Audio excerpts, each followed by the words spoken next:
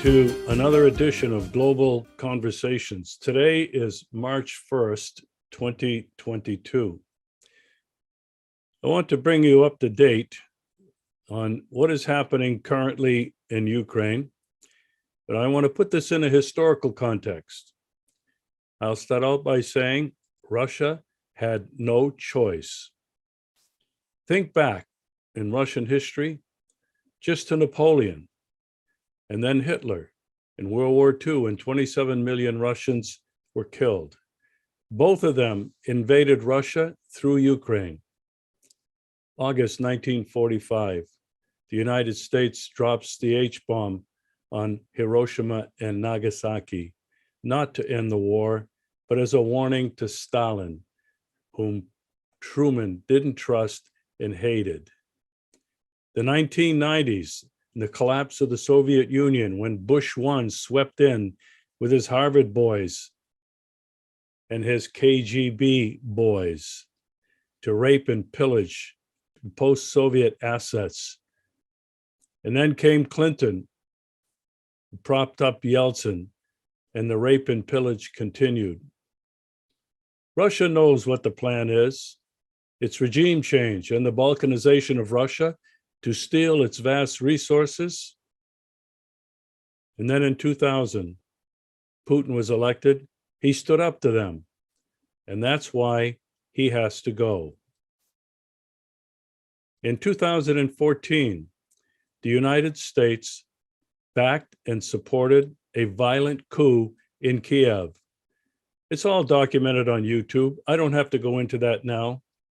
But that was Obama's administration, with Joe Biden, his man, in Kiev. It's all over YouTube. Nuland and Pyatt, Jeffrey Pyatt, the US ambassador, planning the coup 2 weeks ahead of time. They were deciding on who would be the new president. And with that coup, a Nazi element took over the government. A far right-wing radical element took over that government. And in 2014 and 2015, under the direct command of Joseph Biden, Victoria Nuland, and Jeffrey Pyatt, the Ukrainian army and right-wing militias started bombing, aerial bombing of Lugansk and Donetsk in the Donbass republics.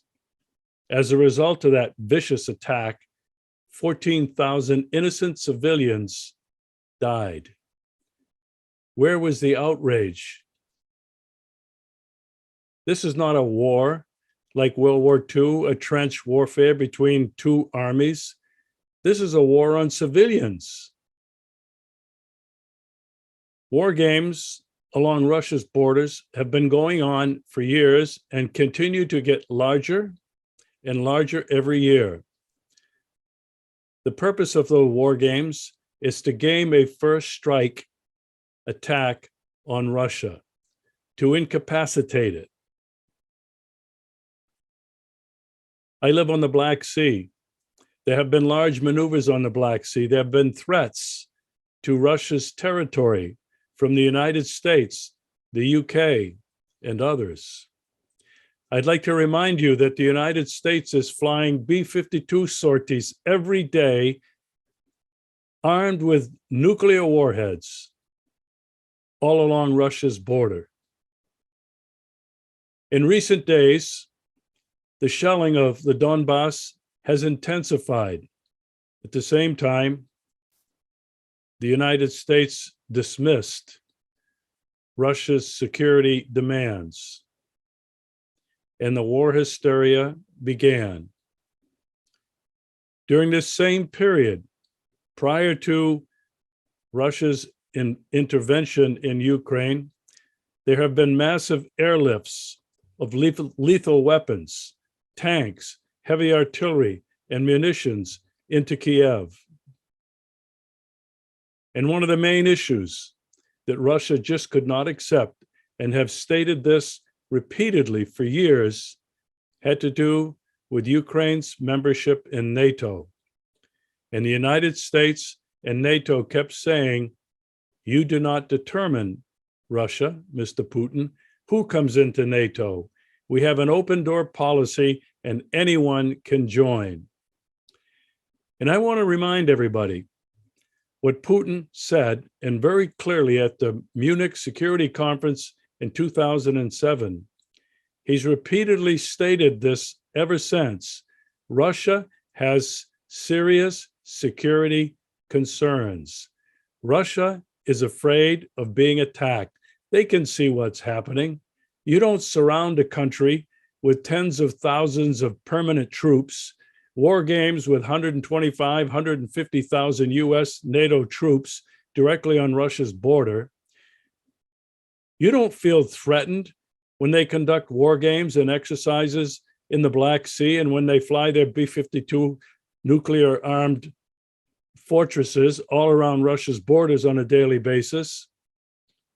And then on December 17th, 2021, Russia made its security demands known to the United States and NATO, and they promptly dismissed them. So here we are today. Putin and the Russian government decided to conduct an intervention into the Ukraine. There are two main goals: the demilitarization of the Ukrainian army, which continues to shell and attack Donetsk and Lugansk in the Donbass. Putin finally had to put an end to that. And the Russian people basically say he should have done it earlier. Now, here's what's happening on the ground today, and it's the only thing that matters. There are all kinds of reports and analyses and videos going around on what all is happening.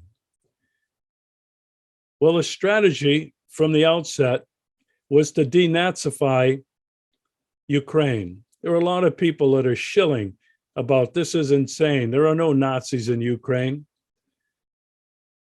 All one has to do is go to Google and Google Nazis, Ukraine, Azov Battalion, right-wing forces. Dozens and dozens of photographs will appear and videos. So I'm not going to go into any defense of that now. It's simply to state that they are there and they have had an enormous influence on the government. Russia's strategy was not to destroy any civilian infrastructure and to carefully avoid killing innocent civilians. They have done that. Since the 24th, more than 1,000 military assets have been destroyed. The military infrastructure of Ukraine and the Ukrainian army has been destroyed. That means command centers, communications, supply and reinforcements have been blocked or destroyed. The Ukrainian army and the Nazi battalions are surrounded. Kharkov and Odessa also taken by Russian troops. Kiev has been surrounded. And the strategy of the Russian military is to surround cities like Kiev and other heavily fortified cities where the Ukrainian army and Nazi battalions have stationed heavy artillery in civilian areas in between apartment blocks, so as to use civilians as shields. The Russian strategy, not the US shock and awe, come in and bomb the crap out of everything and killing innocent civilians by the tens of thousands, even millions, destroying the infrastructure so the country cannot even rise up from the ashes. That's not been Russia's strategy. Russia's strategy has been one of a siege strategy to surround the city of Kiev so that nobody goes in and nobody goes out. We'll see how that shakes out. And it's just reported that a column of 800 tanks and troops are now swooping down onto Kiev. And now the United States, NATO, and even the UN is going to send more money and lethal weapons to the Ukrainian army. Russia simply will not let that happen. And the insanity of President Zelensky passing out some 14,000 automatic rifles, machine guns, to any citizen that wanted to take one. What complete insanity to think that untrained, armed civilians would stand a chance against Russia's well-trained, incredibly equipped military. What he's just done, Zelensky has just done, has written the death sentence for his own people. And what is this really all about? Is it really all about Ukraine? I've argued for a long time now that this is an epic battle. It's not about Ukraine. It's not about the Middle East, Afghanistan. It's been about stopping China and Russia from uniting Beijing with Portugal, the new Eurasian continent, one bridge, one road.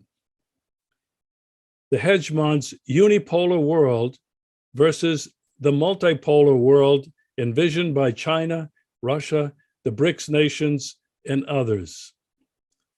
And the US, seeing that its monopoly, that its control of the planet is ebbing, is about to end, cannot allow this to happen because they know it spells the end of the US empire. And I stated at the end of my film, 30 Seconds to Midnight, 2016, will the globalist, realizing they have lost this epic battle for control, take the whole world down with them in a nuclear Armageddon? And that, my friends, is where we are today.